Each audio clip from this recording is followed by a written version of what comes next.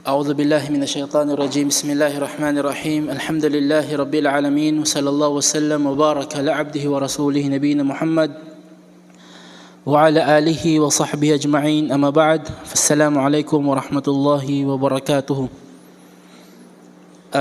Ito yung pang-apat na ating pagtatalakay sa ating programa sa pagpapaunlad ng kakayahan ng isang da'iya.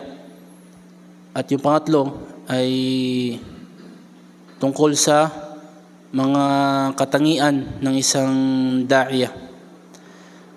Ito pang-apat, mga kapatid, ang ating itatalakay dito ay kung sino yung mga mad'u. Siyempre, nakuha natin yung nakaraan, pero i-review lang natin. Sino yung mga mad'u? Sino yung mga dadakwahan? At papaano sila dadakwahan? Okay, yun yung ating topic ngayon. Sino yung mga mad'u? Sino yung dadakwahan? At paano sila dadakwahan? Nakuha natin na ang mad'u ay nahati sila sa dalawa. Una, Muslim. O ikaduha, non-Muslim. Yun yung pangalawa, non-Muslim. Yung Muslim nahati sa tatlo. Sale. Pasaway yung Muslim. Mapagkunwari, munafiq. Dayon, matuwid na Muslim. Ang kafir, ang non-Muslim nahati sa tatlo. Ahlul kitab, tapos pagano, tapos atheist. Yun lang. Doon lang umiikot yung mga tao sa buong mundo. Doon lang sa sa anim na yon. Non-Muslim, tsaka hindi Muslim. Sa Muslim, matuwid na Muslim, pasaway na Muslim, mapagkunwari na Muslim. Sa hindi, actually, yung mapagkunwari na Muslim, hindi naman talaga Muslim yun. Kasi yung pagkunwari, kafir yun. Nagpapanggap lang siya ng Muslim siya. Kaso lang, nang dahil sa hindi natin alam yung katotohanan sa kanya, ay hinukuman natin siya na Muslim siya. Ibig sabihin, kabilang siya sa mga Muslim.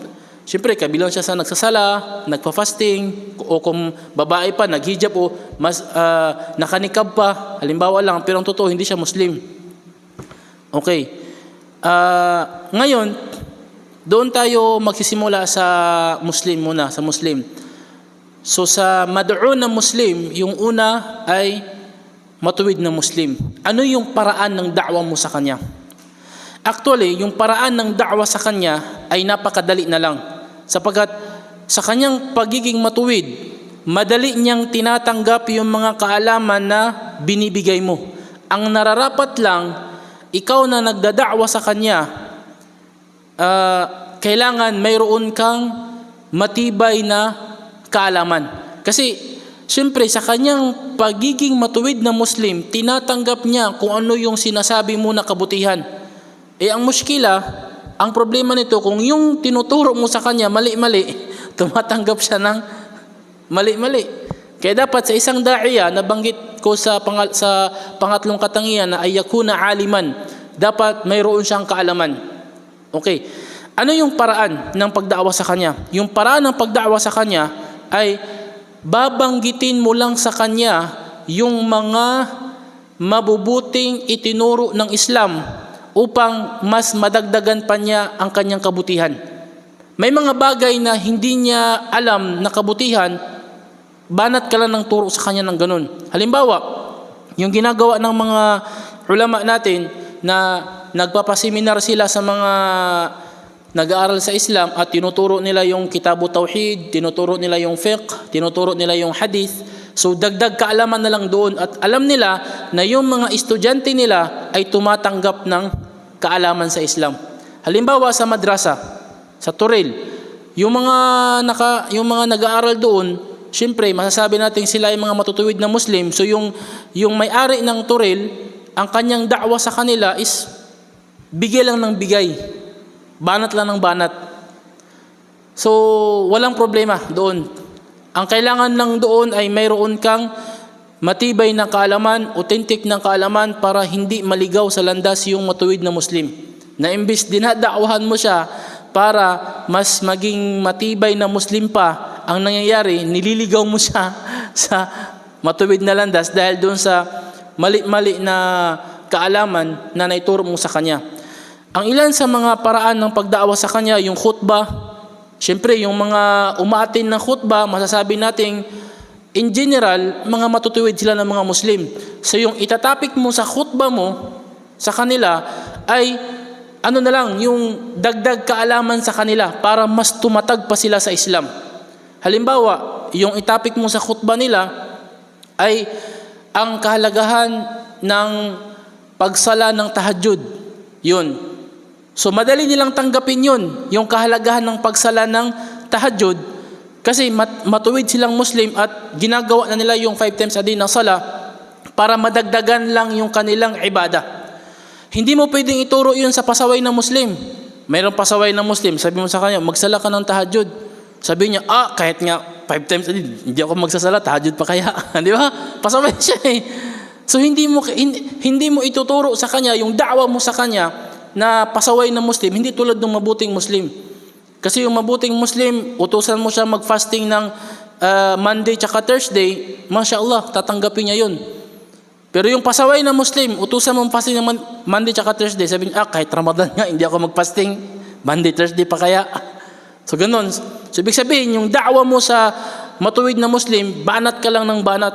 Puro kabutihan, mga aya, mga hadith, banat ka lang para mas lalo pang tumaas yung kanyang antas ng pagiging mabuting Muslim. So yung trabaho mo bilang isang da'iya sa kanya ay itataas mo pa yung antas niya bilang isang mabuting Muslim. Okay. Doon tayo sa pasaway na Muslim. Yung pasaway na Muslim, binanggit ng mga ulama na ang paraan ng pagda'wa sa kanya ay targhib wa tarhib. Targhib wa tarhib. Ang ibig sabihin ng targhib, yung pag-aanyaya sa kanya sa paggawa ng kabutihan, at yung tarhib, yung pagtakot sa kanya. Ibig sabihin, tatakutin mo siya na kapag gumawa siya ng masama, ito yung parusa niya. Ito yung parusa niya. So yung pasaway na Muslim, yung banat ng da'wa mo sa kanya, ano yung mga gantimpala kapag ginawa mo ang kabutihan na ito? At ano yung mga parusa kapag iniwan mo ang mga pagsamba na ito? O di kaya ano yung mga parusa kapag ginawa mo ang mga kasalanan na ito? Ibig sabihin, tatakutin mo siya. Tatakutin mo siya. Halimbawa lang, meron kang ginanap na lecture at ang inanyayahan mo yung mga syabab, yung mga pasaway, yung mga nanigarilyo, yung mga adik, yung mga tambay, mga Muslim sila, pero mga pasaway, hindi nasasala. Inipon mo sila sa isang lugar para lecturan, turuan sila. Siyempre, yung kaalaman na ibibigay mo sa kanila at yung paraan ng pagda'wa mo sa kanila, hindi katulad ng mga matitino sa masjid na nagsasala ng maayos. Yung paraan ng pagda'wa mo sa kanila, panay yung takot, yung tatakutin mo sila. Paano lang kapag namatay kayo, ito yung mangyayari sa inyo. At siyempre, haluan mo ng mga kwento na mga nangyaring mga kwento ng mga taong pasaway, ano yung naging resulta sa kanila. Kaya nga sabi ng Allah sa Quran, sa Suratul An'am, Qul siru fil ardi, thumma anzuru kayfa kana aqibatul mukazzibin. Sabi na Allah, sabihin mo Muhammad, magbiyahe kayo sa kalupaan, kumalat kayo sa kalupaan, at tingnan ninyo kung ano yung naging hantungan ng mga pasaway na mga tao, yung mga mukadzibin, yung mga hindi naniniwala. Ibig sabihin, kabilang sa paraan ng pagda'wa mo sa mga pasaway ng mga Muslim, ipapamulat mo sa kanila kung ano yung naging resulta ng mga taong naging pasaway para mamulat sila. At siyempre, pagkatapos mong takutin sila, bibigyan mo na naman sila ng magandang balita na kapag ginawa nyo ito, ito ang mangyayari sa inyo. Allahu Akbar. Yun yung mas malapit sa kanila. Hindi lang takot ka ng takot. Minsan wala nang takot sila. Hindi na matatakot. Pero pagkatapos mo silang takutin na ito yung parusa kapag gumawa ka ng ganito, haluan mo naman din ng pag-aanyaya na kapag ginawa mo ang, halimbawa kapag magsala ka ng 5 times a day, buburahin ang lahat ng iyong kasalanan. Yung ginagawa mong kasalanan ay hindi na yun ipaparusa ng Allah sa'yo kapag nagsala ka ng 5 times. Sa pagwudu mo pa lang, kung ikaw ay magwudu, matatanggal lahat ng kasalanan mo. Halimbawa, kapag hinugasan mo yung kamay mo, lahat ng kasalanan na gawa mo sa kamay mo ay matatanggal kasama ng tubig, malalaglag kasama ng paglaglag ng tubig.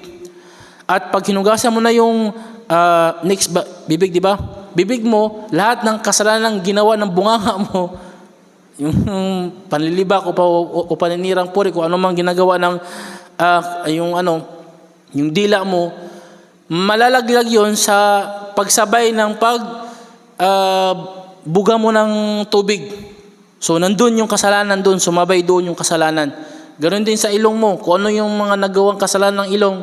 Ano kasalanan ng ilong? Ano kasalanan ng ilong, Sarge? Amoy, anong amuyin?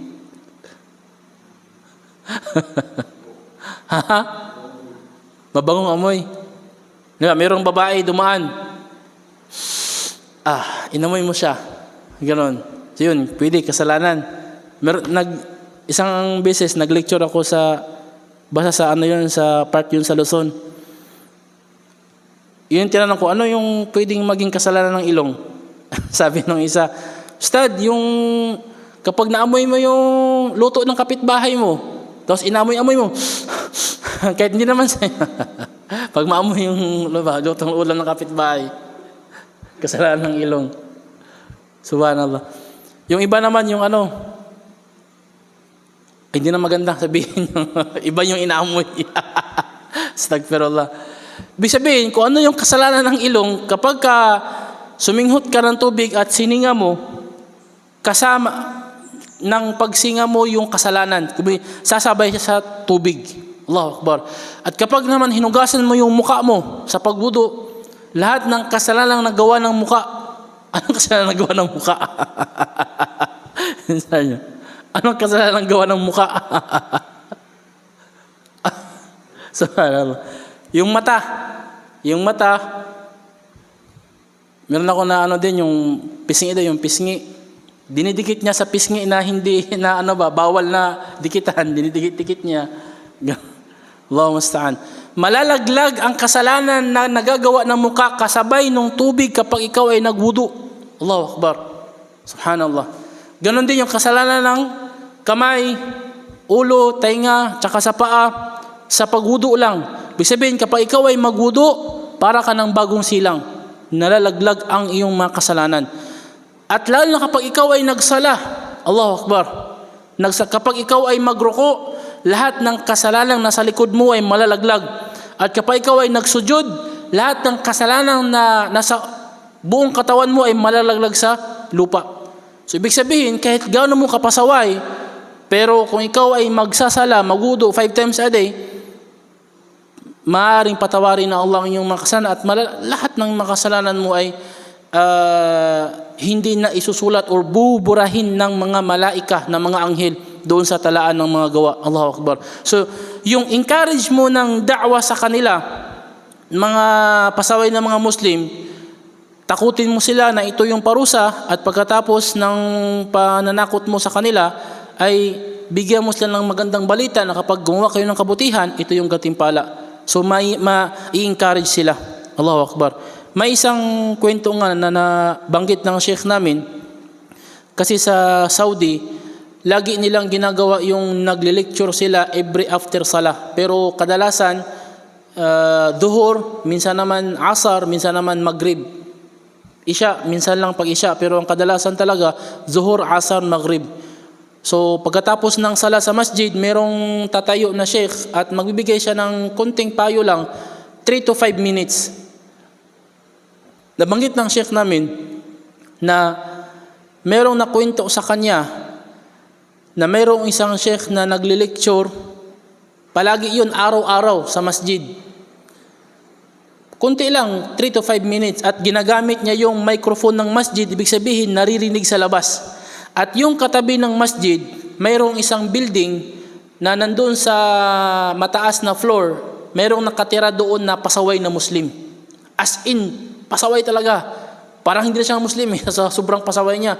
Hindi nagsasala, ginagawa ang lahat ng kasalanan, zina, auzubillah, drugs, sigarilyo, ginagawa. gusto niyang umiwas sa mga mga payo. Ayaw niya makinig sa mga payo. Kaso lang, no choice siya. Nandun siya sa bahay niya at naririnig niya yung lecture sa masjid. Allahu Akbar. Hanggang sa isang beses, nakarinig siya ng isang lecture na nandoon siya sa kanyang kwarto at lumambot ang kanyang puso. Subhanallah. Nakuha ang kanyang puso sa lecture na yun. Simpleng lecture lang, 3 to 5 minutes lang sa masjid. Kaya nga binanggit ng Sheikh namin, huwag niyong pagdamutan ang inyong mga sarili. Kapag kayo ay nagsasala sa isang masjid at alam niyo na walang magli-lecture at alam niyo na mayroon kayong kaalaman sa Islam, magpaalam kayo sa imam o sa may-ari ng masjid na magbigay kayo ng kahit 3 to 5 minutes lang. Mag-lecture kayo. Hindi niyo alam na yung topic na ibibigay ninyo, maraming puso ang magagabayan. Allahu Akbar.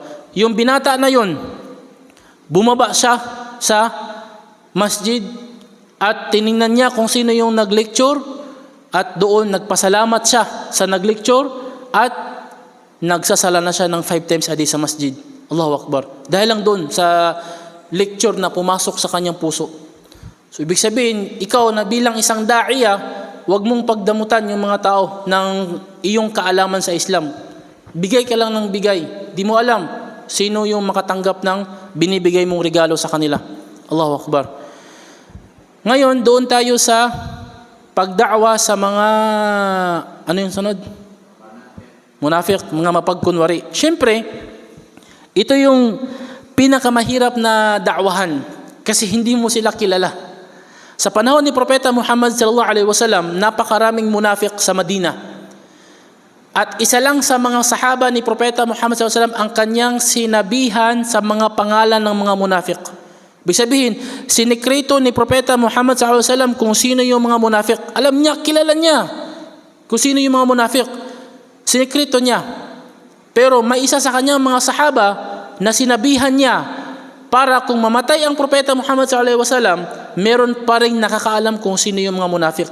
Sino yung sahabi na yun? Sino yung sahabi na yun? Si Hudhaifa. Hudhaifa binul Yaman.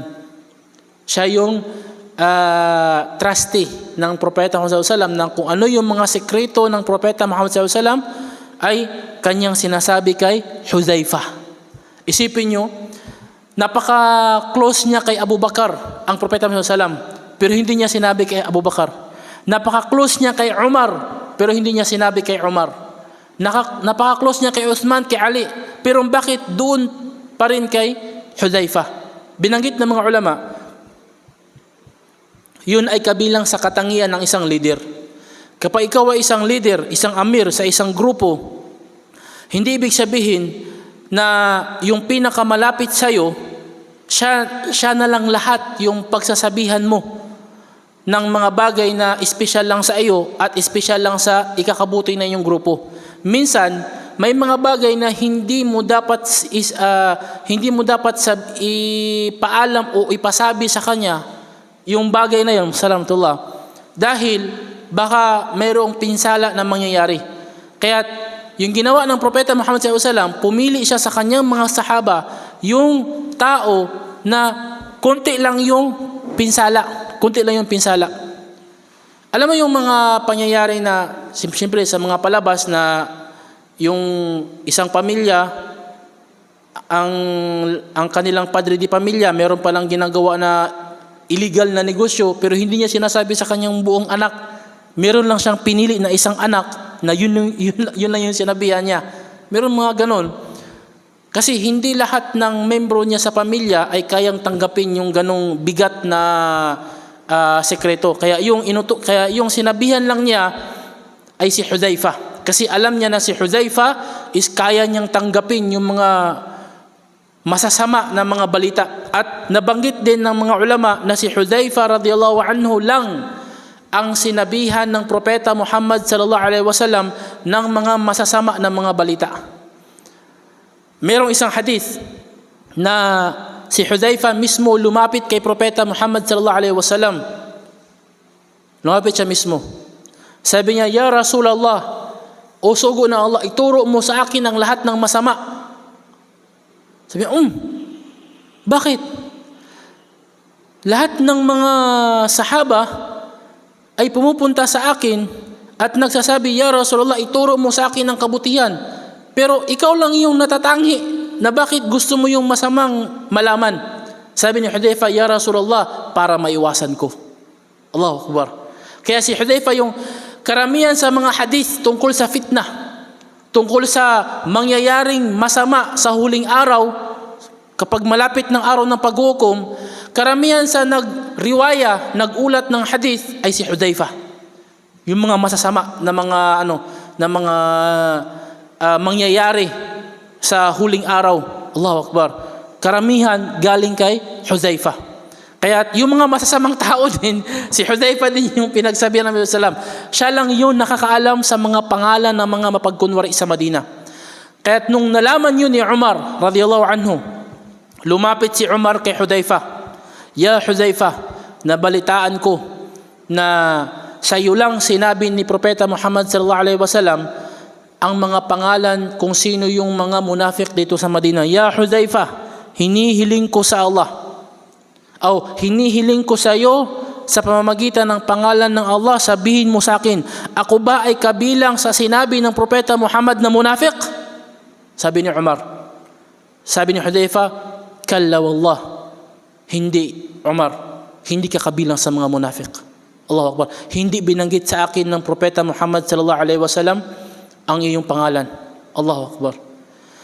Kung inyong mga kapatid, sa lahat ng mga sahaba, si Umar radiyallahu anhu ang pinaka may mataas na iman pagkatapos ni Abu Bakar.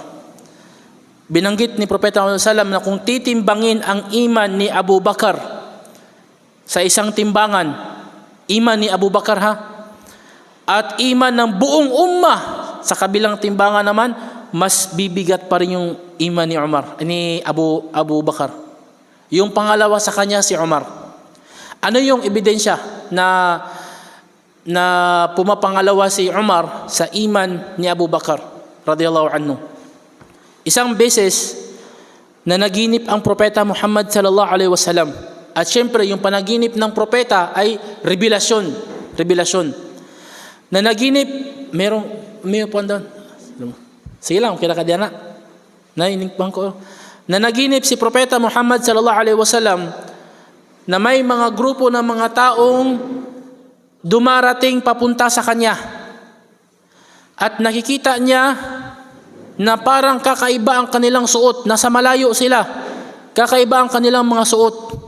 May mga tao na ang suot nila na damit ay dibdib lang yung natakpan. Ibig sabihin, buong katawan walang damit. Mula dibdib pababa, walang damit. Yung damit niya, dito lang. May mga tao naman na yung damit niya hanggang pusod. Nakikita yun ng Nabi sallallahu alaihi wasallam. May mga tao naman sa grupo na yun na nakikita niya na may mga suot na damit na hanggang tuhod. At mayroon namang hanggang paa yung damit niya. Ibig sabihin, mahaba yung damit. At sabi ni Propeta Muhammad sallallahu alaihi wasallam, nakita ko si Umar na yung damit niya ay sagad at hinihila niya. Alam niyo yung damit sa kasal ng babae? Napakahaba. Hinihila. Kung sa Bisaya pa, ginaguyod niya ba? Pero sa Tagalog yun? Ginaguyod. Hinihil. Di, sagad ba yung Nakalaylay. At parang kinakalagad niya yung damit niya. Ganon kahaba yung damit ni Umar. Habang kinukwento yun ng Propeta Muhammad sallallahu alaihi wasallam, yung kanyang panaginip na yun kagabi, habang kinukwento niya sa kanyang mga sahaba, yung mga sahaba niya, nakikinig, Ya Rasulullah, at ano naman yung interpretasyon mo doon sa damit na yun o sa panaginip na yun? Siyempre yung damit, kasi merong dito lang yung damit, dibdib lang, iba pusod, iba tuhod, iba pa, at si Umar, kinakaladkad niya yung damit niya. Sa sobrang haba. Sabi ng Nabi sallallahu alaihi wasallam, yung damit na nakikita ko doon sa panaginip na sinusuot ng mga tao ay ang interpretasyon ko doon ay iman. Ang iman. Allahu Akbar. Yung paniniwala sa Allah. Yung iman. Kaya binanggit ng mga ulama na kapag ikaw ay managinip at merong konektado sa damit mo, ay ano yan, yun yung sukat ng iyong iman.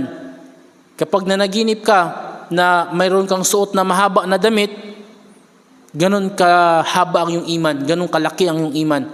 Pero nanaginip ka, nakahubad ka, naglalakad sa masjid, nakahubad, ibig sabihin wala kang iman. O di kaya nakabrief ka lang, ganun lang kaliit ang iyong iman, brief lang.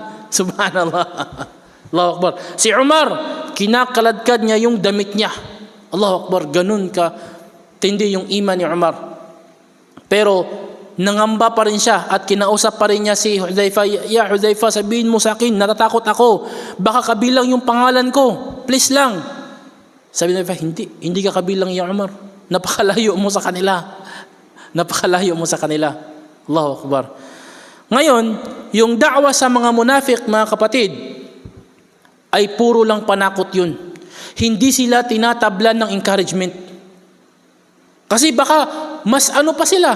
Kapag sinabihan mo na kapag ikaw ay nagsala sa first half, ay napakalaki ang reward mo kaysa second half. Hindi mo alam, bago ka nagsalita, nasa first half na sila palagi. Hindi mo alam. Sino yung pamatay kay Umar radiyallahu anhu? Si Abu Lu'lu al-Majusi, yung pangalan niya. Abu Lu'lu yung pangalan niya. Alam mo sino siya? Bago niya ginawa yung krimen na yun, palagi siyang nasa first half kapag nagsasala.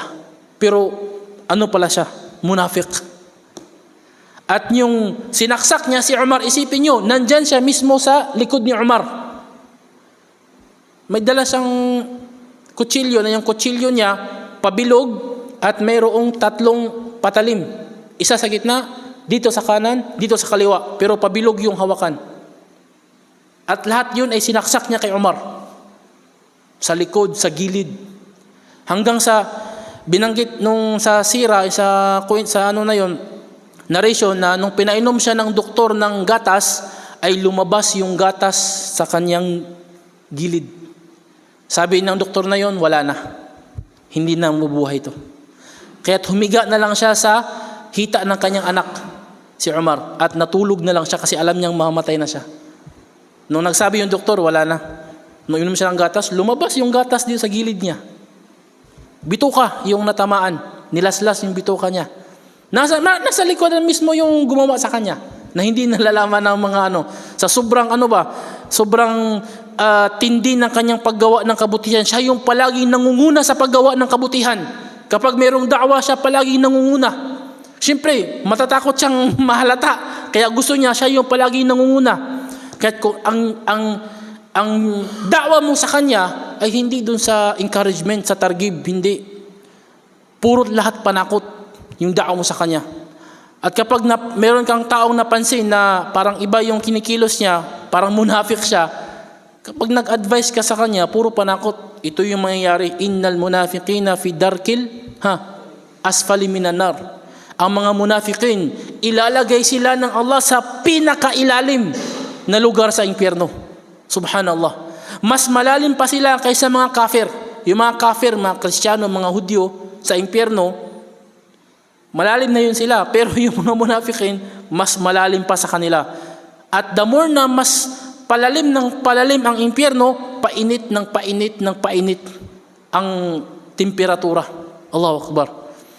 Kaya sila yung pinakamas may mahirap na silot, parusa. Yung mga munafikin. Kaya bilang isang da'iya, yung da'wa mo sa mga tao na yun, panay-panakot lang. Panay-panakot.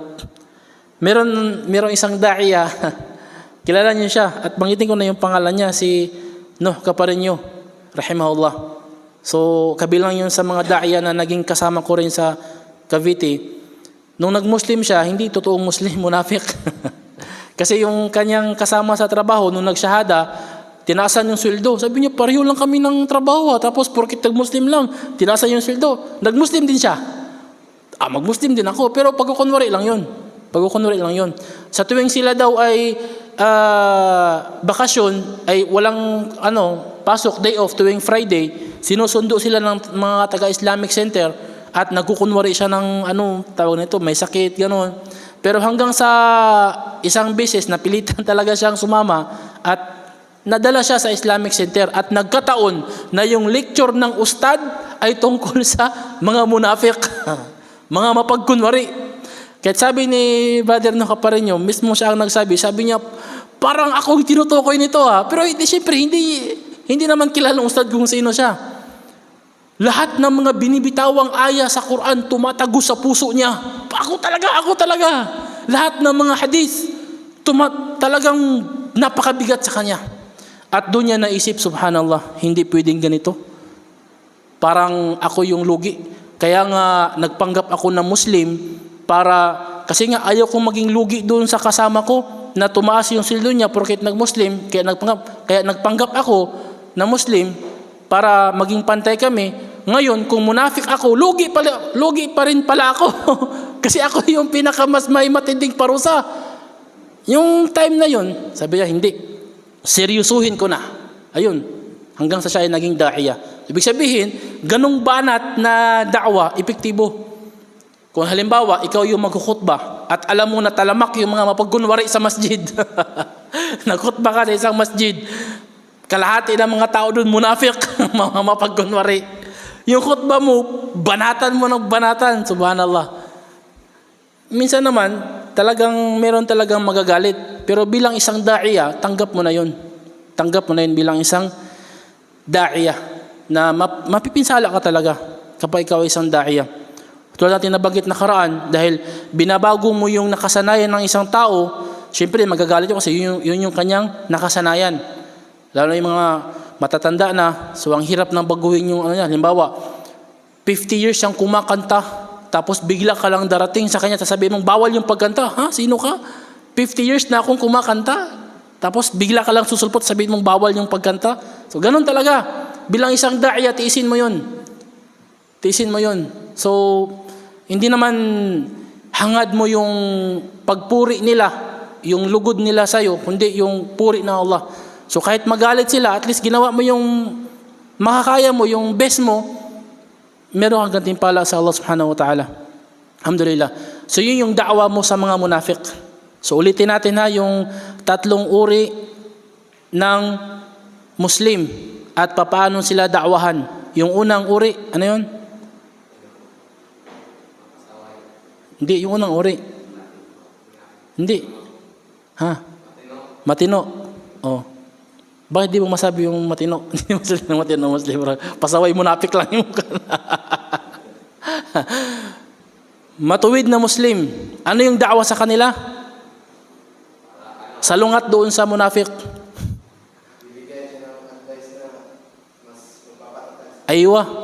Bibigyan mo siya ng mga payo na mas magpapatatag pa sa kanyang iman. Ibig sabihin, ituturo mo sa kanya yung mga kaalaman sa Islam na hindi pa niya nalalaman. At syempre, komportable ka, kumpiyansa ka na tatanggapin niya yun ng buong buo. Kapag halimbawa nag-utos ka sa kanya na sunna na magsala ka ng tahajjud, tatanggapin niya yun kasi matino siyang Muslim. Yung pasaway na Muslim, ano yung da'wa sa kanya? Targhib o tarhib. So, encouragement at pananakot. Kapag gumawa kayo ng ganitong kasalanan, ito yung parusa ninyo. At kapag kayo naman ay gumawa ng ganitong kabutihan, ito yung katimpala ninyo. Ganun pala. Yun yung mga pasaway na mga Muslim. Yun yung da'wa mo sa kanila. Sa khutbah mo, lecture mo sa masjid, mga symposium, mga seminars, or nasa labas kayo nagkwentuhan, at alam mo mga pasaway yung nasa harapan mo, huwag kang magsala ng tahajjud. Kahit nga Fajar, Duhur, Asar, Mag-ibdil lang sa tahajjud pa kaya. Yung pasaway na Muslim, utosan mo magsala ng tahajjud. Hindi yung magsala ng tahajjud, di ba? Sabihin niya, Duhur nga, hindi ko kayang isala, tahajjud pa kaya. Ibig sabihin, yung mga obligadong bagay, yun yung iutos mo sa kanila at siyempre, magbabanggit ka ng, hindi yung iba na mga, minsan, may mga nakikita tayo ng mga ibang mga da'iya na nagtuturo sa mga pasaway, nag-uutos lang sila, magsala kayo, mag-fasting kayo sa Ramadan. Kasi Muslim kayo, dapat kayo mag-fasting. Hindi, kulang yun. Hindi mo sila ma-encourage. Dapat banggitin mo kung ano yung makukuha nilang pakinabang kapag nag-fasting sila. Ito yung reward. Man sama Ramadana imanan wa ihtisaban ghufira lahu ma taqaddama min dhanbi. sino man ang mag-fasting sa Ramadan na imanan, mayroon siyang pananampalataya sa Allah, wahtisaban, at naghangad siya ng gantimpala, ghufira lahu ma taqaddama min dhanbi, patatawarin ang kanyang mga naunang na mga kasalanan. At ganon din yung pananakot kapag ikaw ay nangalunya, auzubillah, kapag ikaw iminom ng alak, kapag ikaw ay nag-yusi, ito yung parusa, nagnakaw, nagsugal, ito yung parusa. So tatakutin mo siya, at the same time, wag mo siyang iwanan na takot. Kasi yung siya, tawag ito, magka-pubya siya. Sa tuwing makikita ka niya, matatakot siya kahit hindi ka pa nagsasalita. Nandiyan na naman siya. Puro naman katatakot itong sasabihin niya. Makita lang niya yung mukha mo, wala na. Nanginginig na siya. Kasi puro lang pananakot yun. Hindi. Meron din encouragement. No? Kapag gumawa ka ng kabutihan, ito yung katimpala. Okay. Doon naman sa munafiq, yun yung talagang banatan mo kasi matigas yung puso niya. Yung dawa mo sa kanya, puro tanan panakot. Bla bla bla bla bla. Yung pagkunwari, ganito. Yung mga papagkunwari, puputulan ng ulo, ganun ba? Ganun yung mga sa kanya. Kapag dalaman lang na siya yung mapagkunwari, meron sa jihad yun, sa jihad. Sa jihad, kapag merong, siyempre hindi sa normal na sitwasyon, sa jihad talaga. Sa isang grupo, nalaman na mayroong spy, automatic yun. Putulan ng ulo yun. Dadaanak yung dugo niya. Ngayon, habang nakikinig siya sa'yo, gano'n yung patay tayo nito pag nalaman. Tapos minsan, habang nalilecture ka, inaangat-angat mo rin yung damit po para nakikita yung 45 mo sa gilid. Yung mga munafik, pag nalaman lang talaga yun, basag talaga yung ulo. Tapos nandun siya sa harapan mo, patay ako nito. Ibig sabihin, kailangan takutin kasi hindi na sila wala nang encouragement ang tatalab sa kanila. Okay, doon tayo naman sa paraan ng da'wa sa mga hindi Muslim. Yung mga hindi Muslim, ilan sila? 3. Ang una, ahlul kitab. Pangalawa, yung mga pagano, mga wathaniyun. Pangatlo, yung mga atheists, mga malahida. Okay, siyempre hindi magkakatulad yung da'wa sa kanila. Yung una, ahlul kitab, mga Kristiyano at mga Hudyo. Itong uri ng hindi Muslim, mga Kristiyano at mga Hudyo, ang da'wa mo sa kanila ay hahaluan mo ng kaalaman at iman, kaalaman at pananampalataya. Ibig sabihin, kailangan mayroon kang kaalaman tungkol sa kanilang pananampalataya. Kasi kakalabanin kanila. At sa mga da'wa ni Propeta Muhammad sallallahu alaihi wasallam sa kanila, kadalasan na nangyayari ay debate. Debate talaga yung nangyayari. Kasi meron silang kaalaman. Hindi tulad sa mga pagano, yung mga pagano walang kaalaman. Kaya nga, ang pag-describe ng Allah sa kanila sa Quran ay ummiyin. Mga, anong pangalan sa English nung hindi marunong bumasa, hindi marunong sumulat? Mga literature, ganun ba yun? Illiterate? Mga illiterate. Yung dinescribe ng Allah na yung mga sumasamba sa rebulto, mga illiterate, mga walang pinag-aralan. At totoo naman talaga, paano ka sasamba dyan sa, kahit basagin mo, hindi naman gagantihan sa'yo, subhanallah. Allahu Akbar. Walang tulad nung merong isang, wag na lang yun, yung mga naniniwala sa mga anting-anting ba. Tapos kinalaban nila yung mga pulis, mga sundalo, nakipaggera sila. Ubos lahat. Yung pinuno pa nila na yun talaga yung nagbibigay ng anting-anting, tinadtad sa kanya yung bala sa katawan niya. Isang magasin, dalawa pa, inubos. Hindi ka pala tatablan. Patay.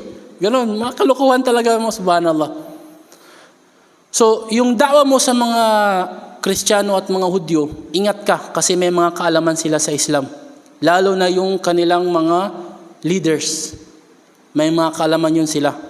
May kaalaman sila sa Islam, may kaalaman din sila sa kanilang pananampalataya. Kasi ahlul kitab nga sila. Kilala nila kung sino ang mga propeta.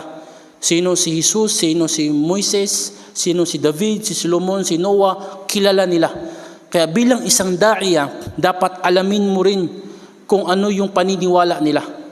Okay, kaya nga binanggit ng mga ulama na kabilang sa paraan ng pagda'wa sa Ahlul Kitab ay debate.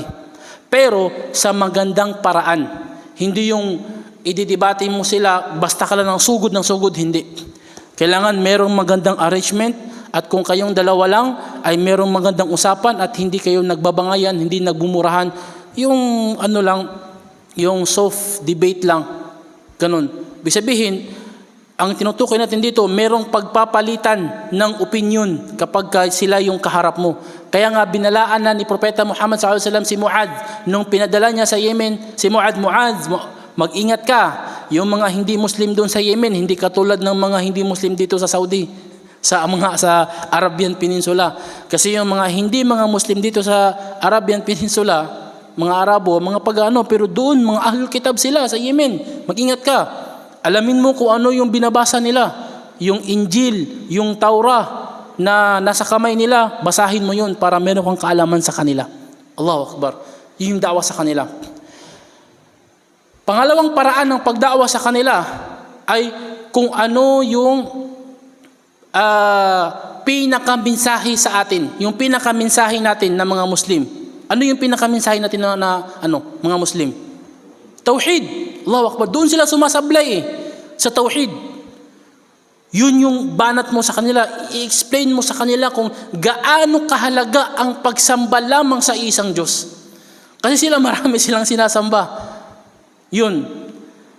Pangalawa, yung paniniwala sa propeta. Kasi hindi sila naniniwala kay Propeta Muhammad SAW.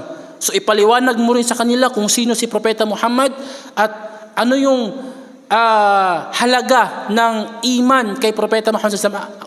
Ano yung makukuha mong kabutihan kapag ikaw ay naniwala kay Propeta Muhammad bilang isang propeta. Yun, paliwanag mo sa kanila. Yan. Yun yung mga kaya nga kung titingnan mo yung mga debate ng ating mga da'iya sa Pilipinas, sina Ahmad Barcelon, sina Rashid Indasan, yun yung da'wa nila, tauhid tsaka tungkol sa propeta. Doon lang umiikot sa dalawa na yan. Wala kang makitang da'wa sa kanila na araw ng paghuhukom. Wala, kasi pati yung mga Kristiyan naniniwala na mayroong araw ng paghuhukom. Yung mga Kristiyano. Yun, tauhid tsaka paniniwala sa mga propeta. Itong dalawa na ito, yun talaga yung focus ng da'wa sa kanila. Kaso lang mga kapatid, sa ating panahon ngayon, karamihan sa mga Kristiyano ay parang mga pagans. Parang mga pagano.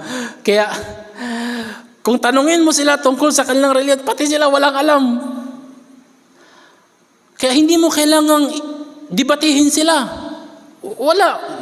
Maliban lang sa yung mga nakapag-aral sa kanila, yung mga leaders nila, yun talaga. Pero yung mga normal na mga tao sa paligid, syada. Mga pagano. Parang mga pagano sila. Mga Kristiyano yung katawan nila. Pero yung utak at yung pananampalataya, parang mga pagano. Kaya yung da'wa mo sa kanila ay parang mga pagano din. So yung da'wa natin sa mga pagano, pangalawa, ay ipaliwanag mo sa kanila kung ano yung Islam. Ano yung Islam? Yung mga Kristiyano na mga may alam, hindi na kailangan ipaliwanag. Alam nila yon. Kaso lang doon sila sumasablay sa tauhid. Pero yung mga pagano na sumasamba sa rebulto, hindi nila alam ang Islam. Ano yung Islam? Ano yung makukuha namin kapag naniwala kami dyan? Ano yung meron dyan? Kaya doon sa mga pagano, yung da'wa mo sa kanila, una yung tauhid, pangalawa, yung pangkalahatan sa Islam, ituro mo sa kanya na ito yung Islam. Yan yung Islam. Yung mga kabutihan sa Islam, ituro mo sa kanila. Bla bla bla bla. Yung mga paniniwala sa Islam, sa araw ng paghukom, sa mga anghel, sa mga propeta, sa mga kutub, mga aklat, sa qadar, at marami pang iba na paniniwala sa Islam na ituro mo sa kanila. Kasi yung mga pagano, mga ummiyin, diba? Ang isang taong walang alam, yung ituturo mo sa kanya, siyempre magsimula ka sa basic hanggang sa palalim ng palalim. Ganon din yung turing natin sa kanila. Kahit mga professional pa yan sila, basta mga pagano, kahit mga attorney pa yan sila, yung da'wa mo sa kanya, basic, para kang nagtuturo ng isang grade 1. Dahan-dahan, ito yung ang Islam ay ganito, ang Muslim ay ganito, si Propeta ay ganito, ang araw ng paghukom ay ganito, ituro mo sa kanya ng dahan-dahan, hinay-hinay. Yun sa mga pagano. Sa mga Kristiyano na mga may alam sa debate kadalas kasi meron silang kaalaman eh. Pero yun nga, yung sabi ko nga na dito sa atin sa Pilipinas, karamihan sa mga Kristiyano ay may pagkapagano. Kaya yung da'wa natin sa kanila is hindi doon sa debate. Maliban lang sa mga may alam sa kanila, doon ka talagang mapapadebate. Pero yung sa mga wala, hindi na kailangan. Ituro mo sa kanila kung ano yung kabuuan ng Islam. Bagsak mo sa kanya, pero dahan-dahan. At yun yung pagdawa sa mga pagano. Pangatlong uri ng dinadakwahan, hindi, yung uri ng mga hindi Muslim, ano yung pangatlo? Mga atheist, mga malahida, pangalan nun sa Arabic, mga malahida. Sila yung tao na ang da'wa mo sa kanila ay more on logic. Hindi sila tinatabla ng iman. Logic, utak sa utak yung labanan. Pero bibigyan ko kayo ng konting kaalaman. Bakit may mga taong atheist? Bakit may mga taong atheist? Binanggit ng mga ulama na 3 ang dahilan kung bakit nagiging atheist ang isang tao. Paano sa Tagalog yung atheist? Ang Tagalog nun? Meron yun eh. Yung isang word lang. Kalimutan ko yung isang word lang ng atheist. Basta walang paniniwala, walang kinikilalang Diyos. 3 motibo ang nangyayari kung bakit ang isang tao ay nagiging atheist. Ang una ay dahil sa kanyang pagsubok. Ito yung pagsubok. Sinubukan siya ng Allah ng matinding pagsubok hanggang sa nabigatan siya. Subhanallah. At nung nabigatan siya, bumigay siya. At nung bumigay siya, hindi na siya naniniwala sa Panginoon. At sinasabi niya, kung mayroon mang Panginoon, bakit hindi ako tinulungan? At kung mayroon mang Panginoon at hindi ako tinulungan, kakamuhian ko siya. At hindi ko rin siya papaniwalaan. Sipin nyo, yung taong binigyan ng matinding pagsubok, ito yung kabilang kung bakit ang isang tao ay nagiging atheist. So paano siya naging atheist? Nung siya ay binigyan ng matinding pagsubok na napakabigat at bumigay siya, sabi niya, kung tunay na mayroong Diyos, dapat sana tinulungan niya ako. So ibig sabihin, walang Diyos. So naniniwala siya na walang Diyos. Sabi niya, at kung sakali mang mayroong Diyos at hindi niya ako tinulungan, kakamuhian ko siya at hindi ko rin siya papaniwalaan. Sipin niyo yung sinisi niya lahat sa Diyos. Sinisi lahat sa Panginoon. Ganon. Subhanallah. Yun yung unang naging dahilan kung bakit ang isang tao ay hindi na sumasamba sa Diyos. Pangalawang dahilan, pagnanasa. Bakit?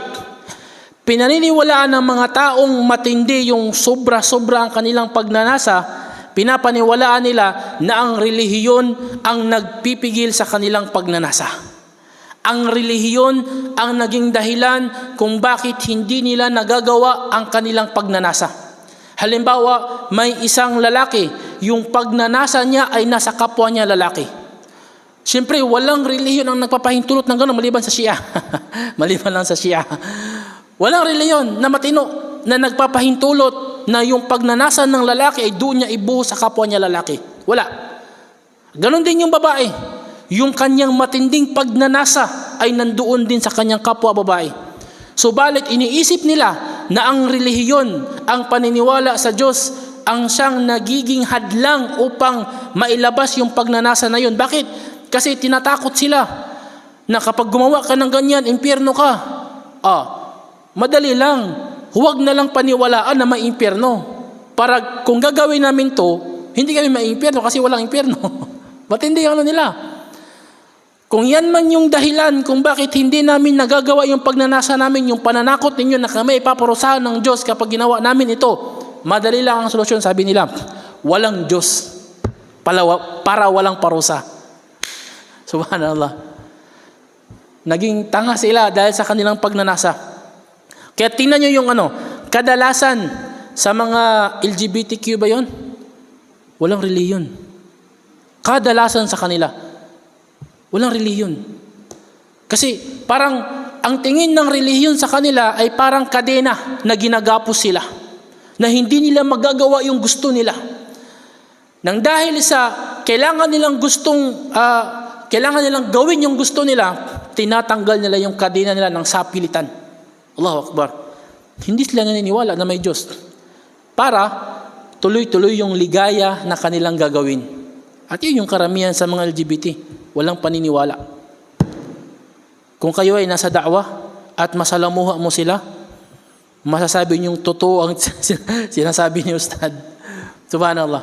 Yung mga bakla at mga tumboy, karamihan sa kanila, puro enjoyment na lang yung sa utak nila. Pagtulog nila sa gabi, enjoyment. Paggising nila sa umaga, enjoyment. Puro lahat mga kalandian, kalaswaan yung kanilang ginagawa sa buhay nila. Walang Diyos sa kanila. Yun yung pangalawang naging dahilan kung bakit ang isang tao ay naging atheist. Ha? Ano? Erehe. Yun, walang Diyos. Pangatlong dahilan kung bakit isang tao nagiging erehe, walang Diyos, ay science. Science. Dahil sa pag-aaral nila sa science, nawawala ang kanilang paniniwala sa Diyos. Pero, hindi ibig sabihin na mag-aral ka sa science, maging atheist ka, hindi. Kasi yung pinakamatatalino sa kanila sa unang panahon pa, halimbawa si Socrates, nabanggit sa history na si Socrates, nung humantong na siya sa pinakamataas na kaalaman sa philosophy, yung science, siya na yung kaya nga sinabing siya yung father of di ba? Father of philosophy. Socrates. Si Aristo, estudyante lang niya. Socrates siya talaga yung father of philosophy. Nung humantong na siya sa pinakadulo ng science, doon niya napagtanto na mayroong Diyos. Mayroong Diyos. Mayroon. Nabanggit na, pero hindi matibay na narration, na naabutan niya ang panahon ni Musa alayhi salam. Ni Musa, naabutan niya. At nakita niya yung mga Muslim at meron siyang merong narration na hindi siya nag-Muslim pero parang malapit na siyang maging Muslim at hindi alam yung kanyang kamatayan kung nag-Muslim ba siya o hindi bago siya namatay. Pero ang huling naitala tungkol sa kanyang history na si Socrates ay naniwala na mayroong Diyos. Yun yung niya. So, dahil sa pag-aaral ng mga iba na mga nagpapanggap na sila ay mga maaalam sa science, pero limited yung utak nila, nagiging dahilan yung pag-aaral nila sa science na hindi maniwala sa Diyos. At marami mga theory ang mga nagsilabasan at yung kabilang sa pinakakilala, yung theory ni Darwin. Subhanallah.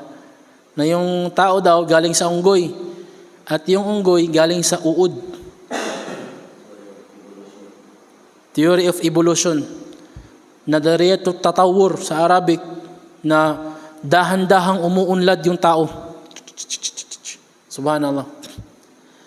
So, kahit si Darwin, hindi sumang-ayon sa kanya yung ibang mga katulad niya, di ba?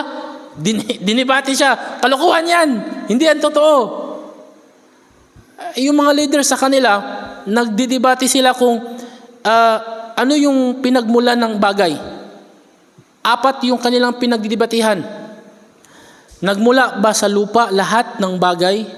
O nagmula ba sa tubig ang lahat ng bagay? O nagmula ba sa hangin ang lahat ng bagay? O nagmula ba sa apoy ang lahat ng bagay? Itong 4 na ito, dito sila hindi nagkakaintindihan. Kahit na sina Socrates, sina Aristotle, at nung sinauna pang mga philosophers sa Greek, hindi sila nagkakaintindihan kung saan. Hanggang sa nagkaisa sila na mayroong malakas na kapangyarihan na yun yung nagtulak sa mga bagay na yun para umunlad hanggang sa maging mundo, maging tao, at maging mga hayop, maging mga halaman. Mayroong isang malakas na kapangyarihan na nagtutulak. Kaso lang hindi nila kabisado kung ano yung malakas na kapangyarihan na yun. Pero sigurado silang hindi Diyos. Yun yung ano nila. Hindi sila sigurado kung ano yun. Pero hindi yan Diyos. Para siyang makina. Oh, subhanallah. Merong mga Muslim na inadapt yung ganong paniniwala. Malawak na kaalaman na yun. Sa mga Sufiya, pati sa mga Asy'ariyya. Yung Asy'ariyya, naligaw sila ng landas dahil doon sa philosophy. Pinasukan, hinaluan nila ng pilosopi ang Islam, mga maling pilosopiya. At ang nagdala ng pilosopiya sa Asy'ariyya ay si Fakhruddin Ar-Razi, kabilang sa mga ulama ng pilosopi ng mga Muslim. May mga Muslim kasi na pilosopi tulad ni Ibn Sina, ni Ibn Rushd, Ibn Sina, sino pa yung mga pilosopi? At kabilang sa kanila si Fakhruddin Ar-Razi, siya yung nagpapasok ng pilosopi sa Asy'ariyya. Kaya yung Asy'ariyya ngayon, more on philosophy sila. Tinanggalan nila ng katangian ang Allah subhanahu wa ta'ala dahil sa philosophy na nakapasok sa kanila. Mas pinaniwalaan pa nila ang philosophy kaysa kung ano yung tafsir ng mga sahaba sa Quran.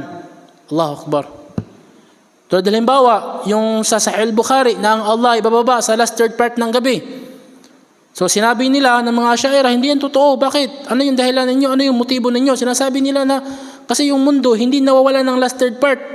Kung last third part sa Pilipinas, sa pagwala nito, nandun naman yung last third part sa Amerika, sa Saudi, sa Japan, sa China. So ibig sabihin ng Allah, nasa mundo palagi. Hindi siya aakyat kasi laging merong last third part sa buong mundo. Philosophy yung ano nila, hinaluan nila. Kaya naliligaw sila ng landas, subhanallah. Kaya nga sabi na Allah, وَمَا آتَاكُمُ الرَّسُولُ فَخُذُوهُ وَمَا نَهَاكُمْ عَنْهُ فَانْتَهُوا. Sabi ng Allah sa Quran, kung ano yung ibinigay sa inyo na mensahe ni Propeta Muhammad SAW, kunin nyo. Walang tanong-tanong. Kung ano yung ipinagbawal, iwasan nyo. Yun lang. Paraiso ka. وَمَنْ يُطِعِ الرَّسُولُ فَقَدْ أَطَاعَ اللَّهِ. Sino man ang sumunod sa sugo, siya ay sumunod din sa Allah. Ano yung sa suratu Al-Ahzab? وَمَنْ يُطِعِ اللَّهَ وَرَسُولَهُ فَقَدْ فَازَ فَوْزًا عَظِيمًا. Sino man ang sumunod sa Allah at sa kanyang sugo, tunay na siya ay nagtagumpay ng dakilang tagumpay.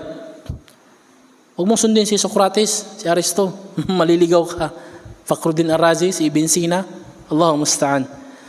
So, yung da'wa mo sa mga di ba yun yung pangatlo, no? Pangatlong uri yung dahil sa kanilang kaalaman ay naging dahilan na sila ay hindi maniwala sa Panginoon. So, alin man doon sa tatlo na yun, pareho sila sa isang relihiyon lang. Mga atheists, yung tatlo na yun. Naging atheist dahil sa matinding pagsubok na dumaan sa kanya, tumama sa kanya, na hindi niya nakayanan. Naging atheist dahil sa kalandian. Naging atheist dahil sa kanyang sinasabing kaalaman. Allahu Akbar. Yun, doon lang sa tatlo umiikot. Kaya karamihan, dati yun, pero di ko alam hanggang ngayon din, na mga artista sa Hollywood, mga atheist. Si Brad Pitt, asawa niya si Angelina Jolie, yun, atheist. Yung sikat na Britain na si Jack Sparrow, sino yun? Johnny Depp, mga atheist na mga, hindi ko lang alam, baka kasi balita daw, nag-Muslim daw sila, ganon, Allahu a'lam. Pero yun, mga talaga, mga atheist.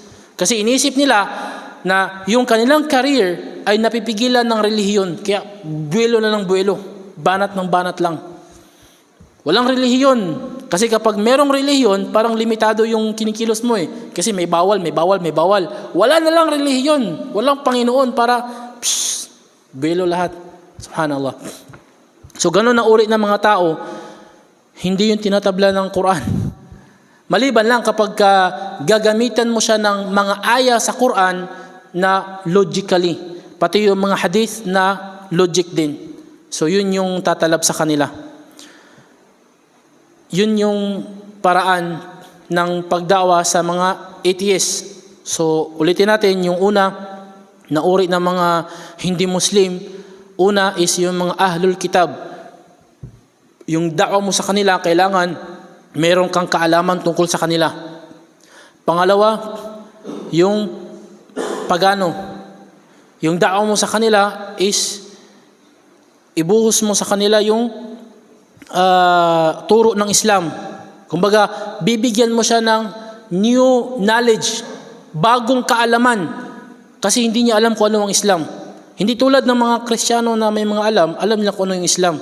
Pero yung mga pagano, walang kaalaman sa Islam. Ipaliwanag mo, awareness lang siya, Islamic awareness. Pangatlo, yung mga atheists, kaalaman logically. Titirahin mo yung utak nila. Kaya nga, dapat mong pag-aralan din kung ano yung mga syubuhat nila, yung mga bagay na naging dahilan kung bakit sila naging atheist, para dun mo sila titirahin. Kung ano yung kahinaan nila, dun mo papasukin. At sa lahat nila, yung lahat na yun, yung tatlo na yun, yung da'wa mo ay nagkaisa lahat sa tauhid. Sabi ng Allah sa Quran, walaqad ba'athna fi kulli ummatin rasulan an i'budullah wajtanibut taghut. Sabi ng Allah, tunay na kami ay nagpadala ng sugo sa bawat nasyon. Siyempre sa loob ng nasyon na yan, mix na, di ba? Meron ng ahlul kitab doon, meron ng pagano doon, merong atheist doon. Pero ano ang payo ng Allah na da'wa sa kanila? An i'budullah wajtanibut taghut. Sambahin ng Allah at itakwil ang pagsamba sa mga Diyos-Diyosan. At yung mga atheists, meron silang sinasamba na Diyos. Meron,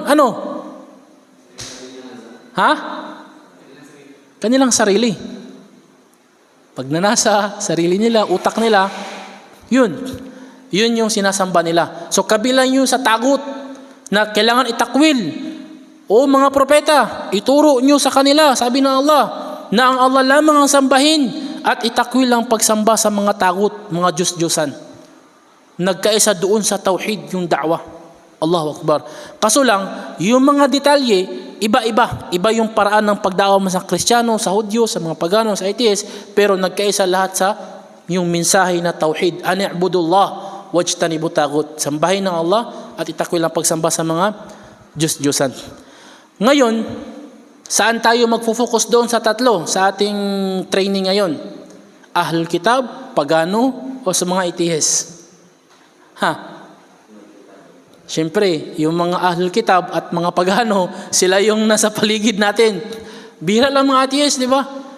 Kadalasan doon sa western, sa west, mga western, sila yung kadalasan. Pero dito sa atin, sa Pilipinas, either Kristiyano or pagano.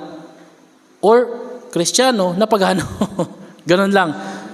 So yung paraan ng da'wa natin sa kanila ay tauhid at sabayan natin ng Islamic awareness. Yung pagpapaalam, yung pagpapahibalo ba, pagtuturo sa kanila na ito yung katuruan ng Islam. Tanggapin mo, alhamdulillah. Hindi mo tanggapin, na ipahayag namin, alhamdulillah din. So yun yung ating pag-aaral, inshallah. Bukas, pang-5 araw, inshallah, yun yung ating tatalakayin kung ano yung material or ano yung mensahe, details na ituturo natin sa mga Kristiyano at mga pagano din, sabay sila lahat, ano yung mensahe na nararapat na i-da'wa natin sa kanila, inshallah ta'ala. So, syempre itong training natin, hindi ibig sabihin na nandito na lahat ang da'wa, napakalawak ng da'wa. Pinag-aralan namin ang da'wa buong 4 na taon, tapos tayo 5 araw lang o 7 araw lang. Hindi, kalokohan yun. Yung binibigay natin dito is idea. Meron kang idea, meron kang sandata, at least marunong kang sumuntok, marunong kang sumipa. Pero yung mga counter na, yung mga yung medyo malalim na ng kaalaman, syempre, Sa ibang sa ibang pag-aaral naman yun, inshallah ta'ala. Sa ibang pag-aaral yun. At least meron kang idea kung ano yung mundo ng da'wah. Inshallah bukas itatalakay natin kung ano yung paraan ng pagda'wa sa mga pagano at mga Kristiyano na detalyado, inshallah ta'ala. Wallahu ta'ala alam. Subhanakallah wa bihamdik, ashhadu an la ilaha illa ant, wa astaghfiruka wa atubu ilaik, wa akhiru da'wana anil hamdulillahi rabbil alamin. Assalamu alaikum warahmatullahi wabarakatuh.